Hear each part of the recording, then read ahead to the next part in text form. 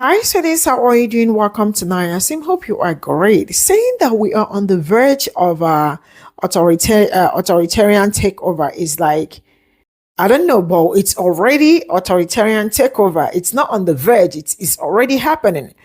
Because if you say it's you are almost, no, you are not almost. You are there already. So he took a time to break down Trump's steps step by step to dismantle democracy, from controlling the court, the media, the weaponizing of military, and all that. You and I know that all these things are fascist signs. When you try to militarize media, control democracy, and all that, he's already doing all these things. It's not like he's not doing it, right? And the other woman was also talking about how these people, she feels like they are not going to leave power. Why? Because if they leave this power, it means that there will be consequences. So what are they doing at this one in time? They are doing all they can to make sure that they hold on to power in order not to have any, not to be accountable for the things they did and all that. From the angle she's coming from, she is also right, because you can see how much they are trying so hard to hold on to the power. And if you look at the people surrounding them, that will tell you also why the people surrounding them are also the people that will maintain and keep the power. That's why they are not letting people that look like me and other people to come closer. It's obvious. Let's get into this video. We aren't on the verge of an authoritarian takeover. We are in it. It's not too late to stop it. The people still hold the cards here. But I worry that our leaders and our citizens just compartmentalize each day. Yesterday's assault on democracy is forgotten as we awake to a new outrage. And so I want to spend just a few minutes spelling out for you Trump's detailed plan to end our democracy so that you see how grave this moment is. Step one, convert the judiciary to a political witch hunt operation. Every dictator needs to use the legal system to punish dissent from political opponents and reward illegality from loyalists. That is what's happening here at scale at the Department of Justice. The January 6 rioters pardoned, New York Mayor Adams given immunity for corruption after he pledges allegiance to Trump, Comey indicted, charges being readied against Schiff and James and Soros. The purpose here isn't to lock up every single one of Trump's political opponents. It's to scare people into silence. And there's just no doubt that it's working. There are people who are choosing to stay on the sidelines or to not tell the truth about Trump because they don't want to end up in his legal crosshairs. Step two, build a state-run media. To end democracy, you just can't have a free press. And so Trump, with help from his allied billionaires, is creating a network of media properties that will spread Trump's story and suppress criticism. Right now, he's using the FCC to bully TV stations into dropping shows that are critical of Trump. And I've been very clear. From the moment that I have become chairman of the FCC, these companies can find ways to change conduct and take action. We can do this the easy way or the hard way. His closest allies just bought CBS and installed a new right-wing head of news. They're on the verge of owning TikTok and CNN too. The billionaire owners of the big social media platforms are increasingly under his thumb as he promises rewards for them if they do his bidding. Step three, use the military to punish political opposition. That's what the troop and ICE deployments to Los Angeles and Chicago and Portland are about. And we're going to straighten them out one by one. That's a war, too. It's a war from within. It sends a signal to places where opposition to Trump is the strongest that if you're too loud in your political speech, troops and tear gas and midnight helicopter raids are on their way. It has nothing to do with public safety. It's just about political intimidation. Step four, you seize control of government spending and taxation. Our founding fathers watched the British king use spending and taxes to reward friends, to punish critics, and so they intentionally gave the power to spend and tax to Congress, not to the president. But Trump is seizing that power, and so far, the Supreme Court, packed with his loyalists, it's allowing it. Trump is cutting off funding for states represented by Democrats. He's exempting friendly corporate allies from the tariffs. It's all a means to bully people into submission. Step five, you cook the books and you rig the rules.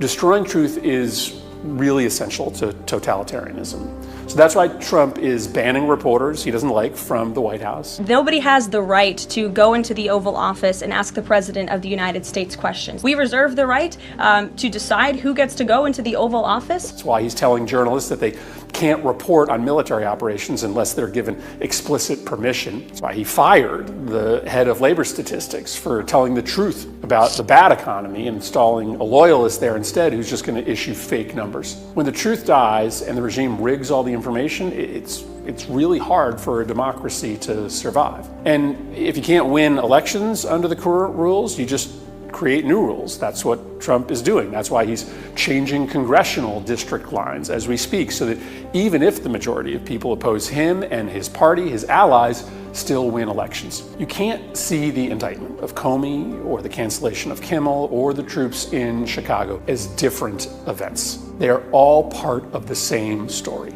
all a result of the implementation of a well thought out plan to destroy American democracy and create a new set of rules where Trump and his allies can rule forever. I know it often feels easier to assume the best, not the worst, or to just close the door as the storm descends.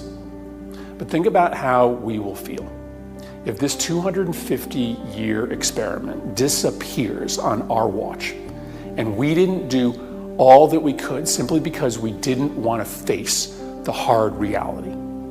The authoritarian takeover isn't coming, it's here. But we can mobilize, we can organize, peacefully but forcefully.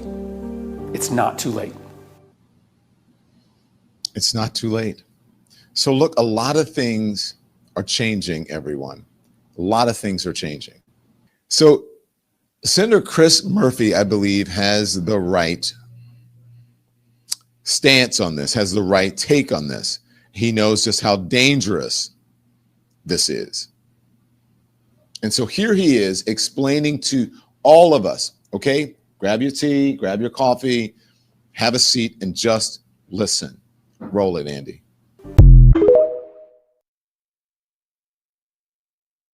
One of the things that I think makes this regime the most dangerous is that they cannot lose, because if they lose, they're all going to prison. And I say cannot lose instead of must win also because prospect theory in psychology describes that people are about twice as motivated to avoid loss than they are to pursue gain.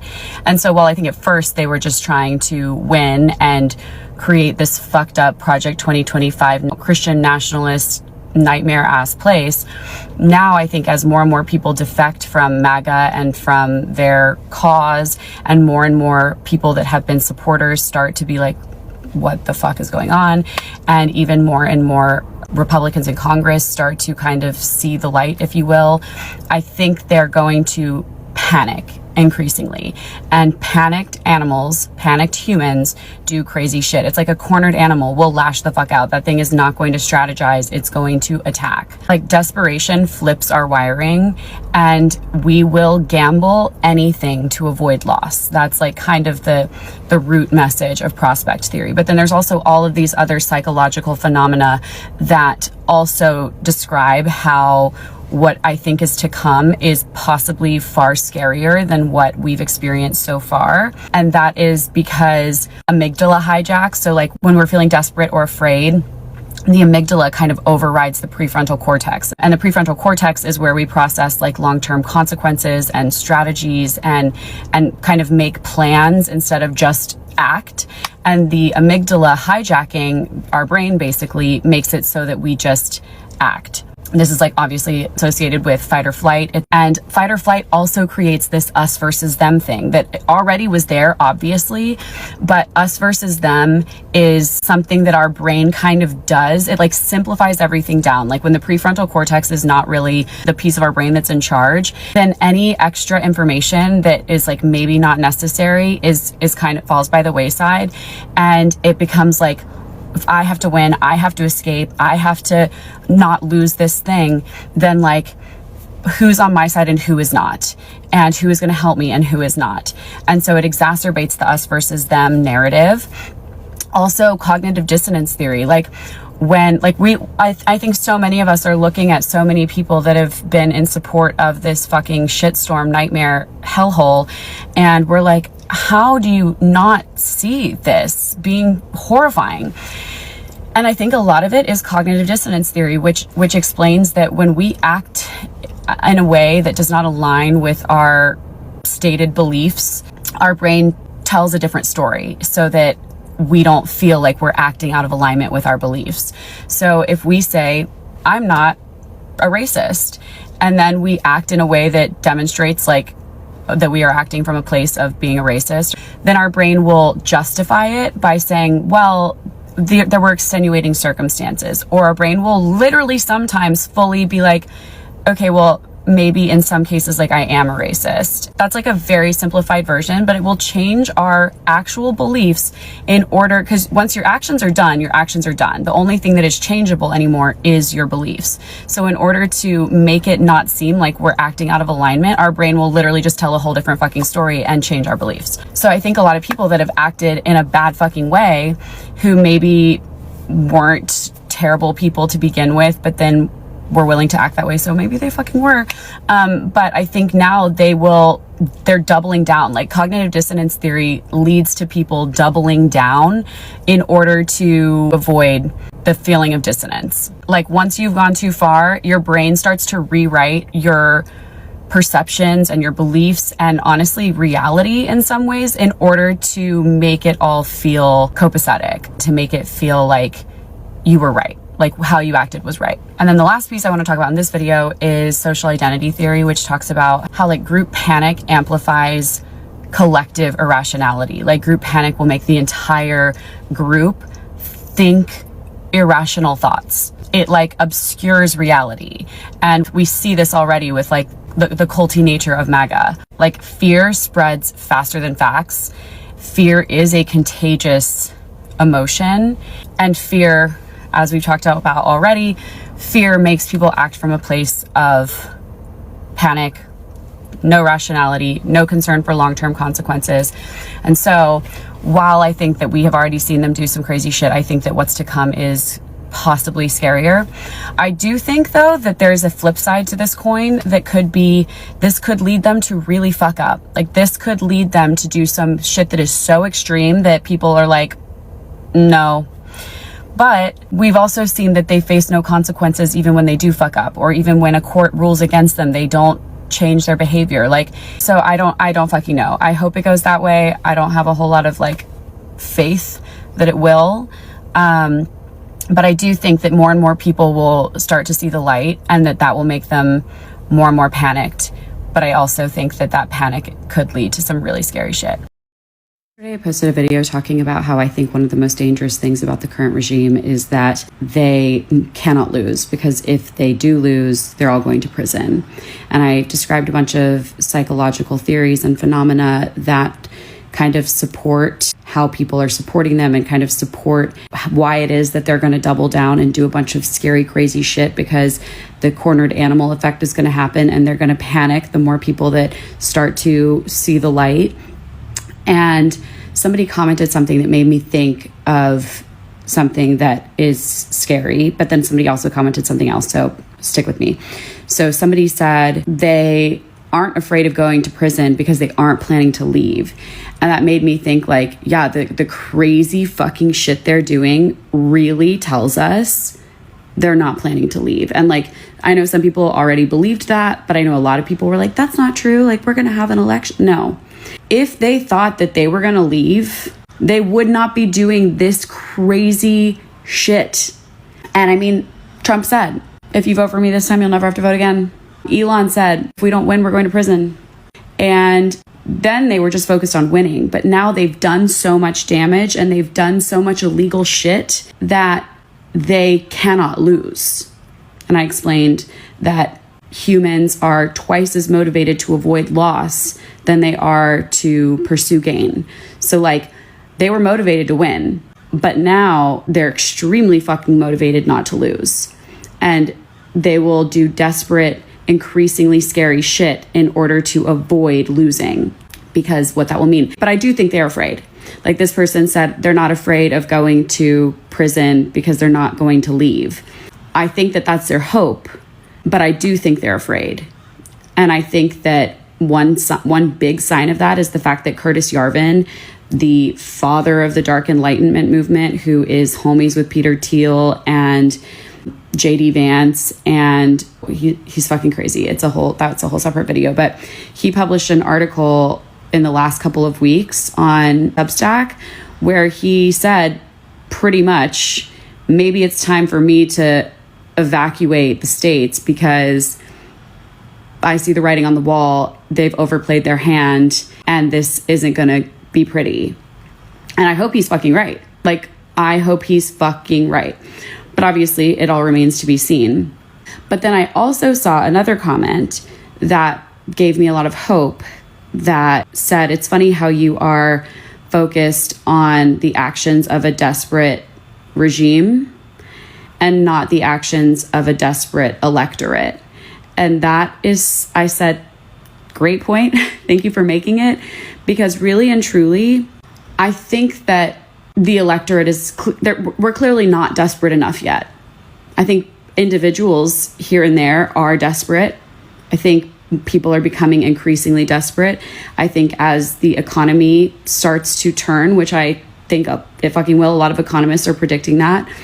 And as unemployment continues to rise, which just is fucking obviously going to further exacerbate the economic issues, like as all of this starts to unravel for the plebeians down here, us, we the people will become more and more desperate.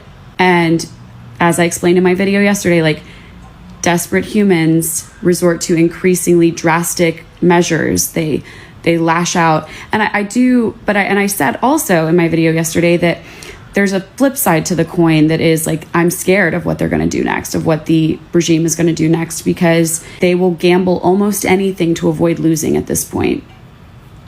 And that's a scary thought. But the flip side of that is that when amygdala hijack happens, when the amygdala takes over the prefrontal cortex and is like the primary driver of action instead of like the prefrontal cortex, which considers consequences and long-term plans, etc.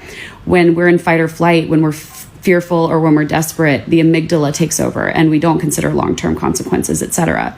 And so I said, it's possible that because they're going to be desperate, they're not going to be considering consequences. And that could play to our favor because they could overplay their hand, because they could do something that's so egregious, which I feel like they already fucking have, but whatever. They could do things that are so egregious that they just, like, people are like, fuck that, absolutely not. And everything crumbles for them. But the same thing can be said for, like, I do think it's encouraging to think about the lengths that a desperate electorate will go to. I don't want the electorate, I don't want the people to get to a point of being so fucking desperate that we have to act out of like absolute panic and fear. But I also think, like, when push comes to shove, if that's what's happening, if we've all been pushed into a place where we are desperate, then like psychology doesn't change just because we're the plebeians. Like we're gonna also act out. And I hope that they overplay their hand because they're desperate. And I hope that we just finally rise to the fucking occasion. And I think that there are upcoming things that will speak to how many of us are desperate or are paying attention or are dissatisfied. I also think it's possible that in their desperation, they could do some scary shit during those upcoming events. So I want to encourage everyone to be really cognizant and alert and careful. But I also want to encourage everybody to participate if you feel so inclined. Like, I think that's imperative. Like, that is the greatest power we have. Boycotting, striking, and protesting. The biggest powers that we have as the people. And also, like, I think in some ways it's like the size of this place makes it hard for us to like get together and all do something because it's so fucking big.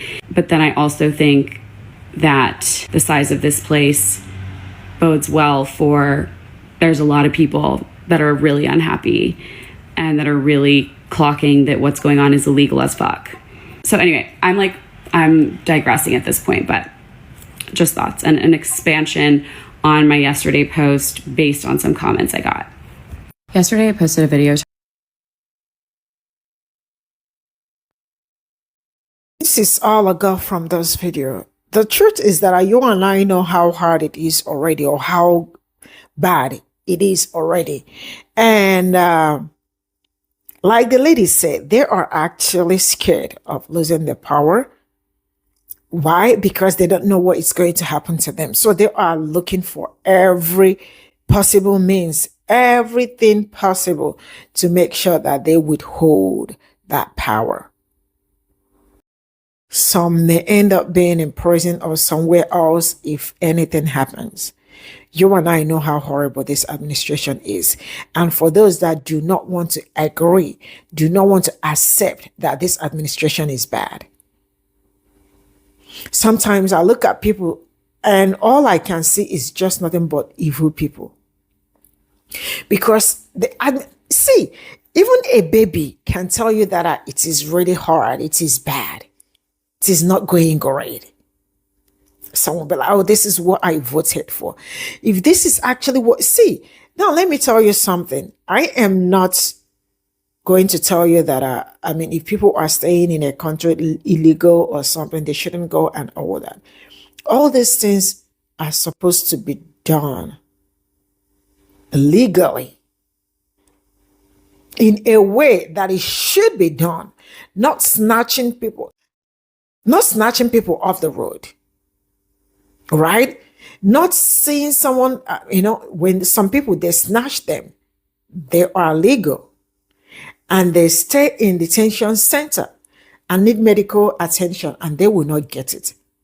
Now, it is against human right.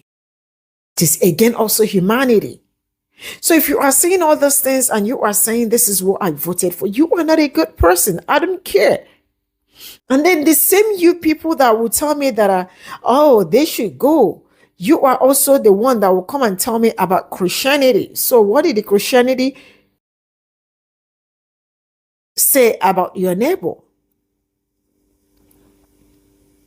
The contradiction, it's just way too much. The government is scary at this point. The economy is collapsing. Life ain't even great. Every day they are signing one policy to another. And the policy they are signing, you don't even understand it. And you are screaming, this is what I voted for. Some you don't know how it's going to affect you. Some you don't know it's already affecting you. Not until something happens, or not until something happens to someone close to you. That is when you get to understand, so this was, yes.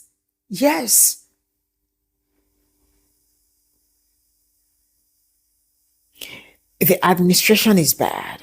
And when you see bad things, just be able to say that it is bad. I will draw my curtain here. Bye for now.